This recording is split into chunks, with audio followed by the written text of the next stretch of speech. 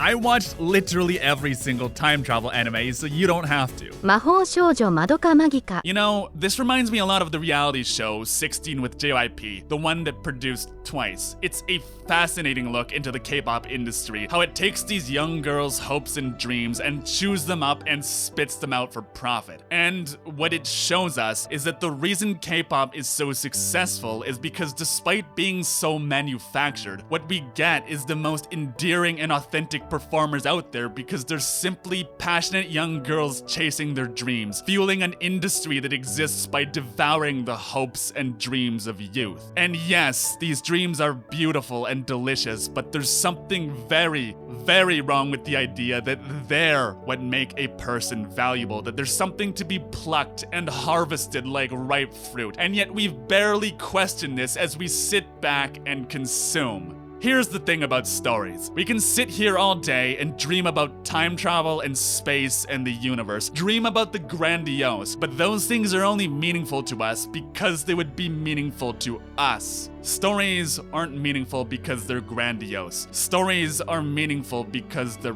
personal. And Madoka Magika pulls back the curtain on the grandiose and shows us the beauty and the sorrow of ordinary little girls with ordinary grandiose dreams.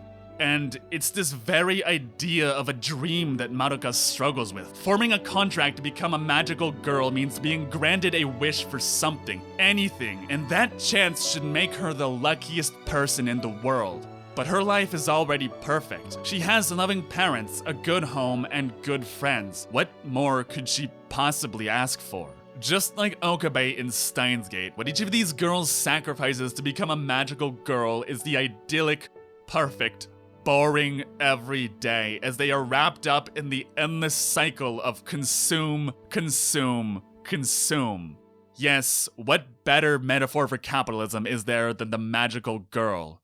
And this isn't even getting into the art and sound direction. I'm a fan of almost everything Geno Tabuchi has ever made, see my video on Psycho-Pass, but he and his team have seriously outdone themselves with this one. The witches are these hauntingly surrealist, almost nonsensical, childlike manifestations of despair, and the soundtrack is this rhapsody of emotion and melancholy that perfectly captures the perverted hopes and dreams of teenage girls. If The Girl Who Leapt Through Time is what you'd call a bona fide hood classic, Madoka Magika is what you would call a work of fucking art, and I suspect it will be remembered far, far into the future, and maybe that was the real time travel all along. エイティアグレート